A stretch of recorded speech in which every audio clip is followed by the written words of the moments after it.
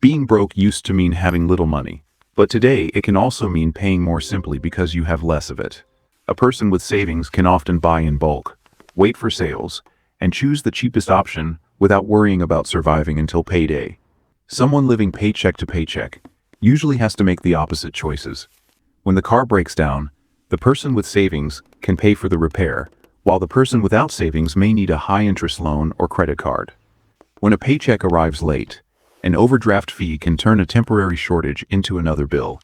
When money is tight, convenience becomes expensive because there is less room to plan ahead.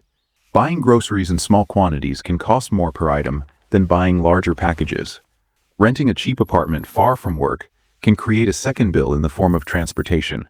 And when transportation fails, missing work can become even more expensive than fixing the vehicle. Debt makes this cycle harder because every borrowed dollar eventually demands more than $1 in return. A credit card can solve today's problem while quietly creating tomorrow's payment. The same thing happens with payday loans, where a small emergency can become a large financial burden. People with money can often use money to save time, while people without money frequently have to trade time to save money.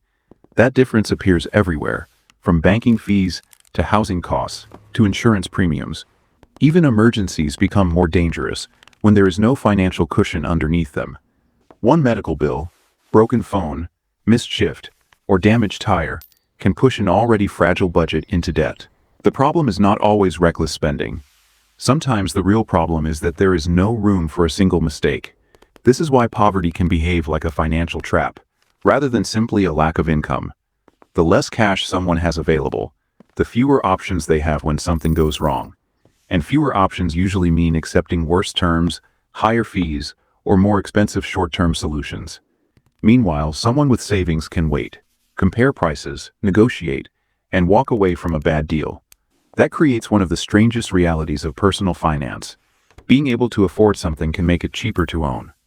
A higher income can help break this cycle, but income alone does not guarantee financial security.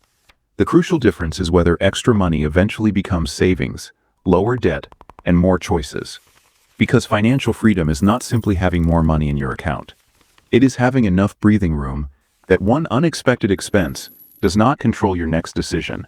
And that is why being broke can become more expensive every time life demands an answer you cannot afford to give.